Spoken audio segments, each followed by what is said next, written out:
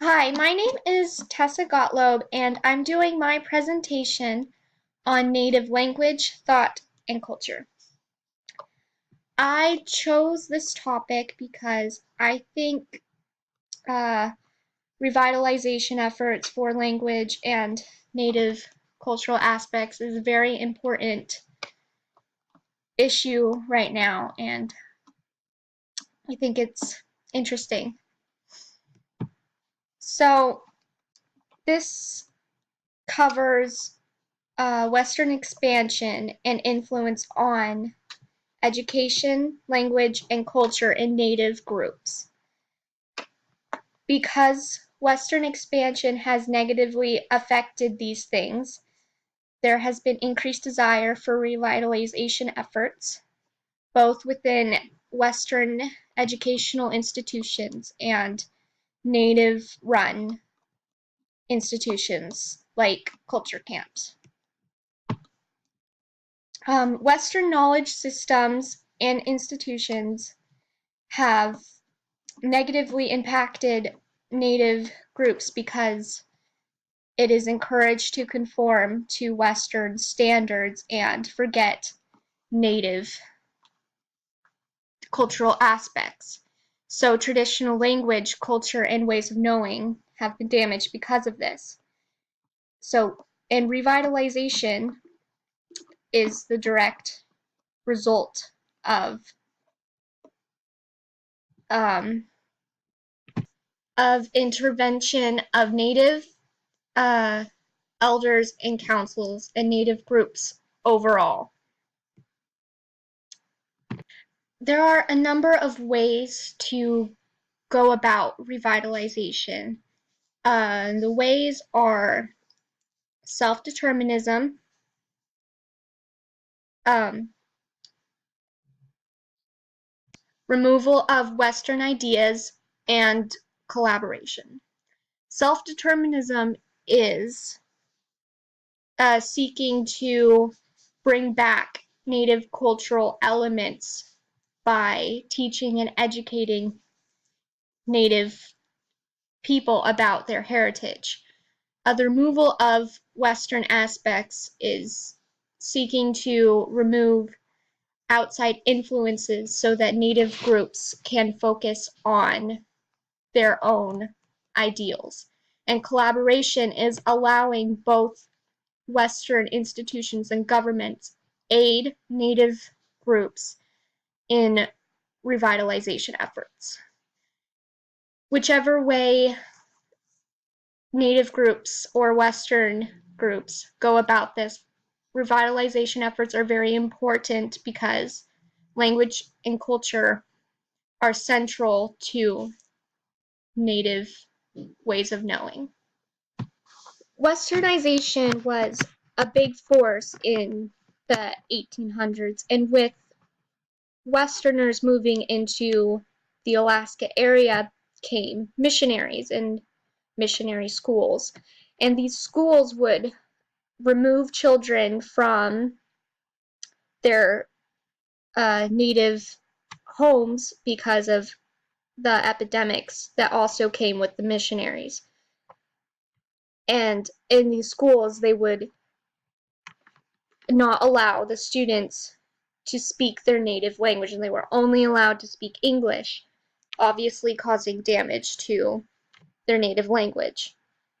The schools also taught Western cultural ideals and prohibited native ones. So the revitalization approaches, again, are removal of Western aspects, self-determinism, and collaboration. Um, so revitalization efforts are important because learning through a familiar context allows Native students to better understand the course material in schools, and it helps them not lose who they are. They're able to connect more with the material when they understand it in ways that are more familiar to them. So language aims to achieve social justice. And this refers to connectivity and ancestral history.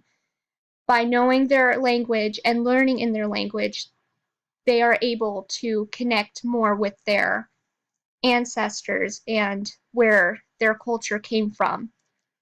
And it helps build a sense of identity and connection to their heritage as a whole. Culture camps would be classified under the self-determinism approach to revitalization. And there's one Yupik culture camp that has been quite successful.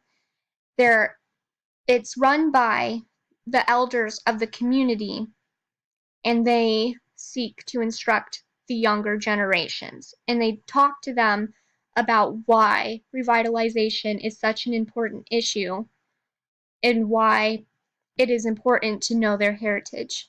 They teach them Yupik ways of living that might have been lost through the ages so that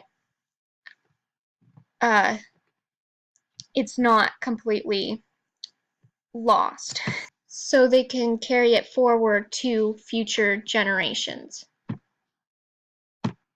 Because education is instrumental for forming thoughts, collaboration efforts can be very valuable. One type of collaboration efforts referenced by Engelbrett, Jones, and Pavel is storytelling. And storytelling is very useful because not only does it allow teachers to instruct Native students in something similar that they have experienced growing up, it also has been used historically to teach children to live with other people, including people of cultures unfamiliar to them. These children then are able to function better in a westernized society when they understand Western thought, but are still able to connect with their native heritage. This approach also helps children of Western society. It helps them because they better understand their native friends or other people they go to school with so that they can coexist better and understand each other better. Western educational institutions have had a lot of difficulty representing Native thought because Alaska Natives have a different way of understanding the same scientific topics taught by educational institutions. Typically, Western institutions focus on teaching students in a very indirect way. They learn in a classroom with teachers instructing them about scientific theories. However, Alaska Natives learn in a direct way. They experience the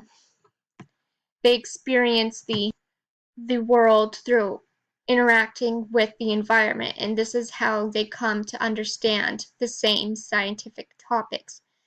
Fish camps are a good example. In these fish camps, Native children learn things like how the ecosystem functions by actually participating and observing it, rather than learning about it from somebody else. Native ways of knowing can be very valuable to Western institutions. This is because Native groups have accumulated a lot of very intricate information about the weather, about how climate change is affecting the ecosystem. The National Science Foundation is one institution that has acknowledged this and has incorporated information of climate change from Native groups. So incorporating Native ways of knowing is valuable for both Native students and non-Native students. It allows these kids to understand the world in very different paradigms, and it expands their general knowledge about everything. When these children understand the different paradigms, they can appreciate each culture better. The Alaska Rural Systemic Initiative uh, incorporated Native knowledge systems in rural Alaska, and the results of this have shown strong improvement in the quality of education for both Native and non-Native children. Though the topic of revitalization shouldn't end with primary schools. Post-secondary education is also very important. The Cross-Cultural Educational Development Program has allowed Native Alaskans to get a college degree from their home villages.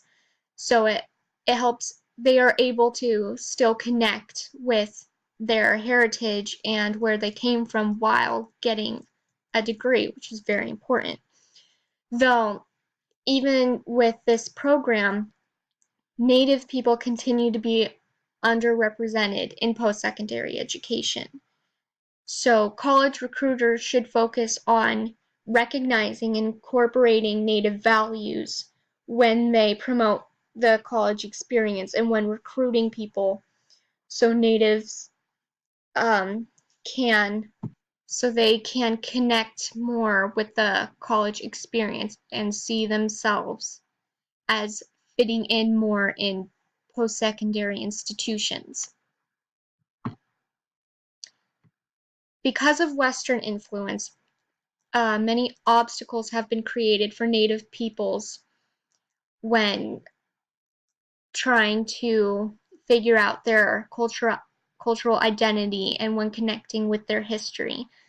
And revitalization efforts are very important, and they have a long way to go to fully represent Native groups in education and promote Native ways of knowing in both Native and non-Native cultures.